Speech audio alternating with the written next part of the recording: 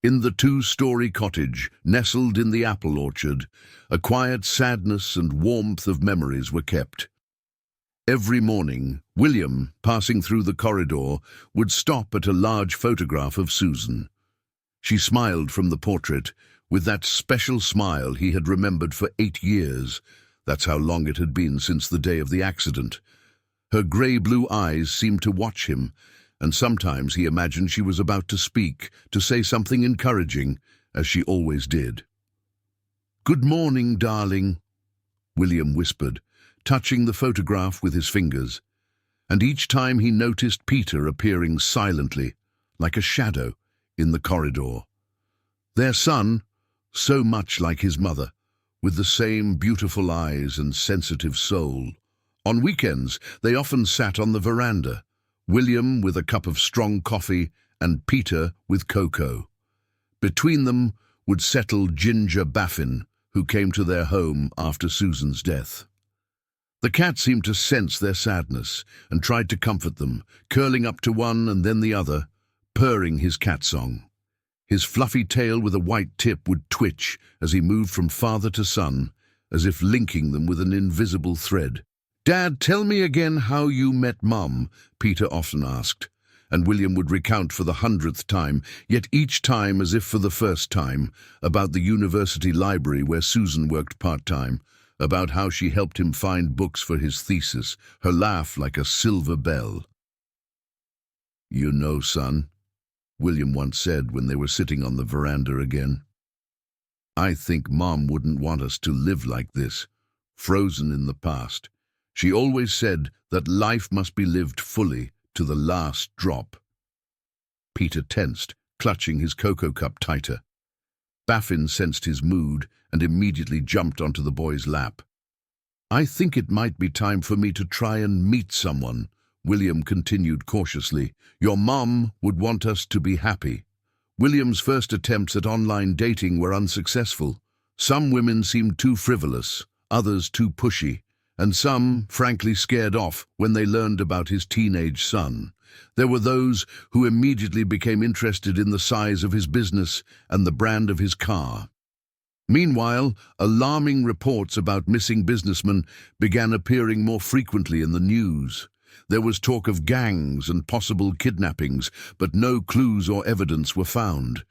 Engrossed in the search for a new relationship, William barely paid attention to these reports. He believed it was happening far away and didn't concern him.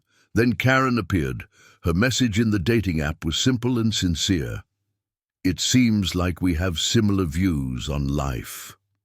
They started chatting, and each of her words resonated in his soul.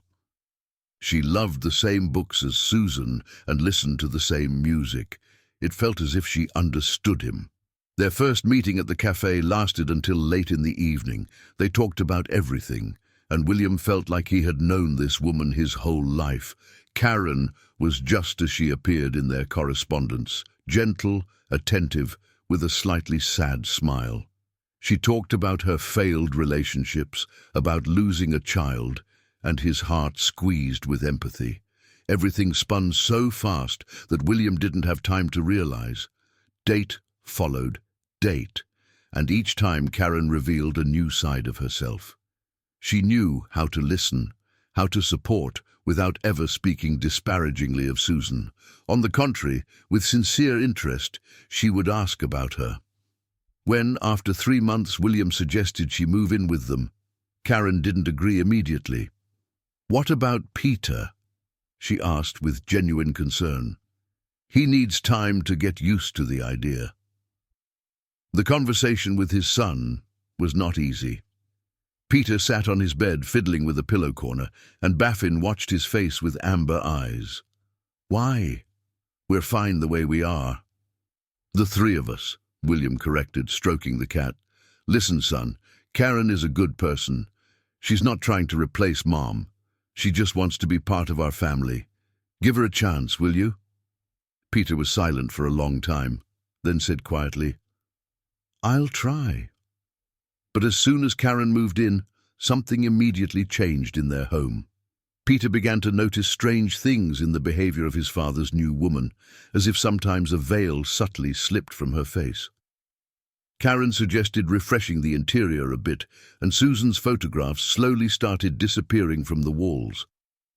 "Honey, it's been 8 years," she softly told William. "We need to move on." She suggested removing the large portrait in the corridor last. "No, this one stays," William objected for the first time. Peter noticed things his father didn't. When Karen thought she was alone, her face changed, as if someone wiped away the friendly expression. One day, he caught her by Mum's portrait. She stood with arms crossed over her chest, a distinct hatred in her eyes, making the boy instinctively step back. Hearing his steps, Karen instantly transformed, once again becoming sweet and caring. Baffin, once so affectionate and sociable, now constantly stayed on guard. The cat seemed to sense something was amiss. The fur on his nape stood on end whenever Karen walked by. He stopped sleeping in his basket in the living room, choosing instead to hide in Peter's room. One night, the boy awoke with a thirst. As he descended to the kitchen, he noticed a light in his father's study. Through the slightly ajar door, he heard the quiet clatter of keys. Peeking inside carefully, Peter saw Karen sitting at the computer, peering into the screen. In the dim light of the monitor, her face seemed like a mask of bluish wax. Peter managed to catch a glimpse of the open tabs. Tasteless and odorless poisons. How to get rid of a pet. Rat poison effects. News reports increasingly covered the mysterious disappearances of businessmen. Now, the broadcasts included photographs of the missing and interviews with their grieving families. All the cases were similar. A successful businessman began a new relationship, then vanished without a trace. Peter noticed how intently Karen watched these reports, how her lips twisted subtly as she did so. One time, she left for a few days to visit relatives, and those days of respite became the best in Peter's life. He spent more time with his father and could relax internally. Then, Baffin disappeared. He simply didn't come for his usual dinner one evening. Peter searched for him everywhere, checked all the rooms and inspected the garden, calling out until his voice broke. William helped with the search, putting up flyers and visiting neighbors. Karen feigned concern, but her eyes remained cold, like ice. "Maybe he ran off into the woods," she suggested. "Cats often go far from home to die." "Baffin couldn't have run away," Peter countered. "He's a house cat, he never went far." For an entire week, Peter searched the surrounding area, peering under every bush and into every ditch. In one of them, almost a kilometer from the house, he found his friend. The ginger fur had lost its sheen, and the neck was twisted unnaturally. Peter sat there for a long time, stroking the cold fur before finally running home, staggering and wiping tears from his cheeks. They buried Baffin in the garden under an old apple tree. William silently embraced his sobbing son. Karen stood a little apart, a triumphant expression playing on her lips. "Stop with the poison nonsense," his father shouted at him for the first time. "You're crossing the line. Karen loves animals. She wouldn't do that. Understand? It was just an accident, or Baffin was sick and we just didn't notice." But Peter knew it wasn't an accident. Nor was it an accident when Karen soon suggested redecorating his room, throwing out old toys and photos and pushing more insistently to send him to boarding school for a better education. His father and his girlfriend decided to get married. The wedding preparations were in full swing. Karen had turned into a real businesswoman, meetings with organizers, choosing the menu, ordering decorations. She kept everything under control, yet she occasionally glanced out the window as if waiting for something. The news frequently highlighted the mysterious disappearances of business people in their city, and each time the broadcasts mentioned it, Peter noticed Karen absent-mindedly rubbing a small tattoo, a cross on the edge of her palm.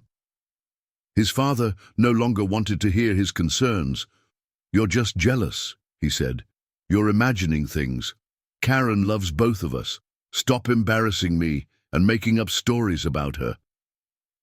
But Peter saw how she looked at his father when he turned away, like she was calculating something, planning something. Those looks chilled the boy to the bone. The September sun illuminated the spacious courtyard of the country cottage, with shimmering highlights on the recently watered flower beds. White ribbons fluttered in the light breeze, garlands of fresh flowers, and festively set tables all indicated the upcoming celebration. Guests, well-dressed and smiling, slowly filled the space under a large white marquee which swayed with the gentle gusts of autumn air.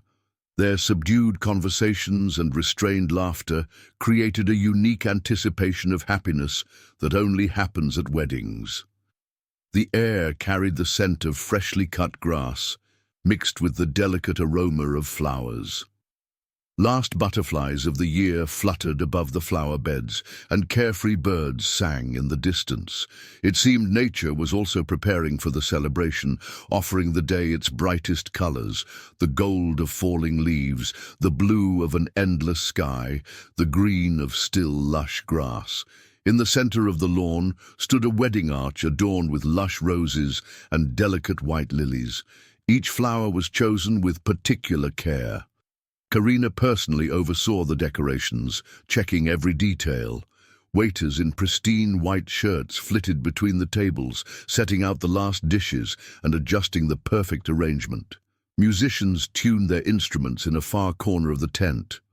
The planner, in a formal suit with a tablet in hand, gave last-minute instructions to the kitchen staff, checking his list. Everyone was busy preparing for the important event, creating the perfect picture of a joyful day. But inside the house, on the second floor, in one of the rooms, 12-year-old Peter lay on the bed. His fancy suit, chosen by his father for the ceremony, still hung untouched on the chair. The bow tie he was to wear was carelessly tossed aside. Peter absent-mindedly petted the ginger cat Baffin lying next to him. His heart clenched in pain again. It had only been a week since he found him in the ditch with that horrifyingly twisted neck. The clinking of dishes and laughter from downstairs seemed so wrong, so fake. How could they celebrate when Baffin was dead? How could his father marry this woman whose gaze sent chills down Peter's spine? A decisive knock on the door was followed by William, his father, today's groom, entering the room. He was already fully prepared for the ceremony, in an expensive suit with a perfectly tied tie and shoes, polished to a shine. Only his eyes betrayed his irritation. Even the left corner of his mouth twitched on his cheeks. "Peter, how much longer? Everyone's already gathered. The guests are asking where you are. You promised to behave, not to make a scene," William said sternly. The boy turned on his side, turning away from his father. On the bedside table stood a photograph of his mother. She smiled brightly and tenderly, as only she could. William sighed heavily, running his hand through his hair, already starting to grey at the temples.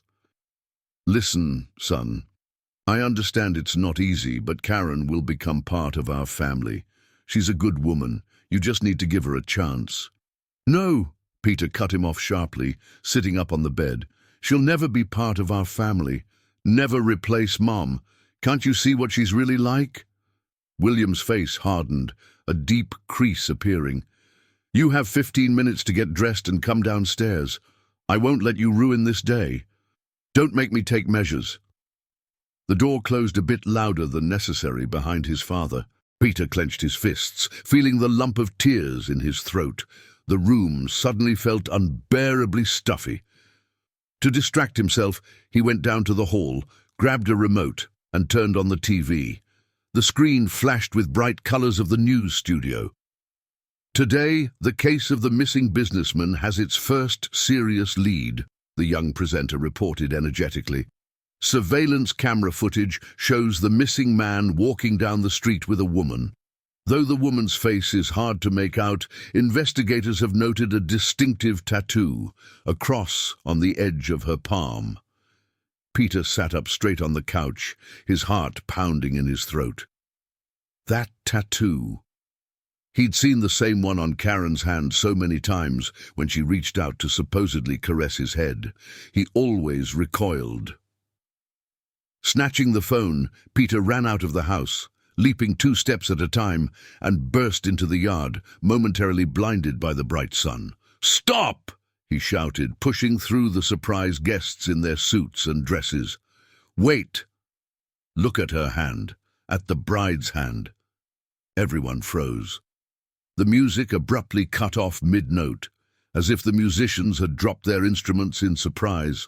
Karen, standing by the arch in her white dress, slowly turned to Peter, and her gaze, terrifying, unlike that of a happy bride, made the boy shiver. "Look at her hand." Peter's voice rang in the air, silencing the festive noise instantly, as if someone had muted it. In the quiet, you could hear the wind rustling the white ribbons of wedding decor and the gentle clinking of glasses on tables. Guests glanced confusedly from the boy to the bride. Karen stood by the arch, her white dress gently swaying, the pearl-embroidered bodice shimmering in the autumn sun's rays. Her impeccably pretty face held a mix of surprise and hurt, but fear lurked in her eyes if you looked close enough. She instinctively tugged at the long glove on her right hand, as if trying to hide something. "Peter!" William's voice trembled with anger. The father was visibly agitated, his hands clenched and unclenched nervously. His festive suit, which he had so carefully ironed in the morning, was now crumpled, and his tie was askew. "Stop this immediately. You promised, didn't you?" "No, Dad, listen to me." Peter, disheveled in a casual superhero t-shirt, stepped forward onto the rose petals scattered on the path. His grey-blue eyes, so reminiscent of his mother's, brimmed with tears, but his voice was firm. "She's a killer, the one they've been talking about on the news. She has the same tattoo, a cross on the edge of her palm." A worried murmur rippled through the guests. Those in the back stood on tiptoe to get a better view of the commotion. Some had already pulled out their phones, scrolling through news sites. Elderly ladies in hats whispered fearfully, while men frowned. The waitstaff stood frozen with trays, unsure of what to do. Karen paled, her flawless makeup suddenly looking theatrical. She instinctively hid her right hand in her dress folds, but the gesture didn't go unnoticed. "Look! There!" A woman in a lavender dress and wide-brimmed hat held out her phone to her neighbors. Her hands trembled, and her large earrings swayed with her anxious voice. "They're talking about the tattooed cross on the edge of the palm, and there's a photo." "This is some misunderstanding." Karen's voice attempted to sound soft and reassuring, as she always did when trying to convince someone. "William, darling, surely you don't believe this nonsense. Anyone could have a similar tattoo. Let's just continue with the ceremony." But William no longer looked at her. His eyes were glued to the phone screen handed to him. The surveillance footage showed a woman's hand with an identical tattoo holding the hand of a man who disappeared 6 months ago. Everything matched. The tattoo's size, its placement, even its slight tilt. "Karen." His voice was hoarse, as if suddenly it had become difficult to breathe. Blood pounded in his temples, and memories of all the oddities he'd diligently ignored over the past months flashed through his mind. "Show your hand. We need to compare." "What did you say?" She stepped back, still hiding her right hand. Her dress hem snagged on a rose bush, but she paid no mind as the expensive fabric tore. "William, how can you cater to the whims of this bothersome child after everything between us, after all our plans?" "Show your hand." His voice rang with steel. This was no longer the voice of a love-struck groom, but that of a father ready to protect his child. It all happened in seconds. Karen's face twisted in anger, as if she was tired of pretending. Her eyes darkened, nearly black, and her lips curled into a horrific sneer. Swiftly she grabbed a silver fork, a wedding gift from one of the guests, off the table and lunged at Peter. Her movements were swift and precise. "It's over!" she hissed, her voice now a far cry from the sweet melodic purr that once charmed William.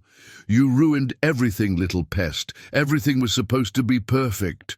William reacted instantly. Something inside him, some paternal instinct, had been on alert the whole time. He lunged to intercept her, knocking Karen to the ground.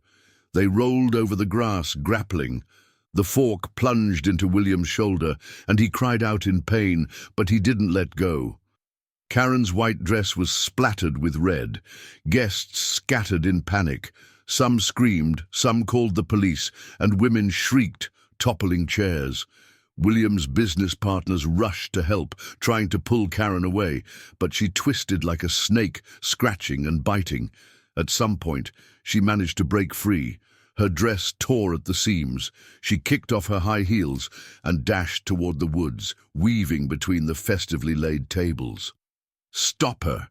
guests cried out. But Karen was fast, as if she'd spent her life training to escape. She zigzagged between the trees, disappearing deeper into the forest.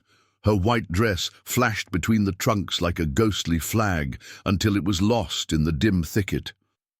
William, clutching his bleeding shoulder, pulled a trembling Peter close. The boy buried his face in his father's jacket, his shoulders shaking with sobs. "Forgive me, son," William whispered. "I'm sorry I didn't believe you, that I let you and your mother down." In the distance, the sirens of approaching police cars wailed. The air smelled of spilled wine and shattered dreams. The wedding arch, decorated with white lilies, now looked like a prop from a horror story that nearly ended in tragedy. On the crumpled tablecloth lay the discarded silver fork, its tines still stained with the blood of a man Karen had planned to make her next victim. Next to it lay her long glove, which no longer concealed the small black cross on the edge of her palm, a mark identifying the serial killer. The police quickly cordoned off the area. William, who'd already received first aid, sat on a bench, hugging his son with his good arm. The other was bandaged, though the wound was shallow but painful. Investigators were interviewing guests while canine units prepared their dogs to begin the search for the fugitive. Suddenly, Peter straightened up, his eyes wide with a sudden realization. "Dad," he whispered, "I know where to find her. She's in the ravine." His voice trembled. "Where I found Baffin." A female detective, young with her hair pulled into a tight bun, looked at the boy intently. "Why do you think that?" she asked. "She likes to return to the scene of her crimes." Peter struggled to find the right words. "When we buried Baffin, I saw her smile, and later I often noticed her going to that ravine as if admiring something." The search party quickly organized. Despite the medic's objections, William insisted on joining them. Peter led the way, showing them the path he'd walked so many times while searching for his missing friend. The sun was setting, painting the sky a worrying crimson as they approached the area. Police officers, weapons ready, began descending the steep slope. There, in the shadow of old trees, they saw her. Karen was sitting on a fallen tree trunk. Her blood-stained dress was grey in the twilight. She didn't even try to run when she saw them. She lifted her head and smiled strangely. "I knew the boy would figure it out." Her voice sounded almost calm. "Smart? Definitely not after his father." The police surrounded her, snapping handcuffs on her. Karen did not resist, seemingly tired of hiding. She only looked directly at William and Peter. "Want to know why?" she suddenly asked. "Why you? Why all of them?" Her laughter was fractured and eerie. 8 years ago, I too dreamed of a family, expected a child from the man I loved. He was a successful businessman too, spoke of love, then just left. "A child would hinder my career," he said. "I lost the baby from the stress." She turned her gaze to Peter, and the boy instinctively moved closer to his father. "You know what I realized then? All of you successful men are the same, acting like model family men, but inside you're hollow, so I decided, if I couldn't have a family, neither could you have happiness or life. Any of you I could reach." "You're sick," William softly said, holding his son tighter. Perhaps, Karen shrugged, but I made them all pay, 7 in total. You were to be the 8th, the perfect number. After the wedding, the revenge would be even sweeter. Too bad your pup ruined it. The trial took place 3 months later. In the courtroom, Karen remained her haughty self. Investigators had found all her victims' bodies. She indeed returned to the scenes of her crimes as part of her ritual. The sentence was severe: life imprisonment without parole. As she was led out of the courtroom, she paused momentarily beside Peter. "You know," she said almost dreamily, "your cat was brave. He tried to protect you both, just like you." Peter didn't reply, only tightened his grip on his father's hand. The soft December snow fell outside. The old year was ending, taking with it the nightmare of recent months. What lay ahead was a new life, a life where he and his father became even closer. Having endured this terrifying ordeal together, Peter and William often sat on the veranda on weekends, reminiscing about the past. But now, when William looked at Susan's photo, he knew she would be proud of both of them. A new kitten had replaced Baffin, brought from a shelter. He was ginger too, his tiny tail wagging, linking them both into a family like Baffin once did. Did you enjoy this story? Tell us your thoughts in the comments. Give this video a thumbs up and subscribe to the channel to not miss new releases. See you soon.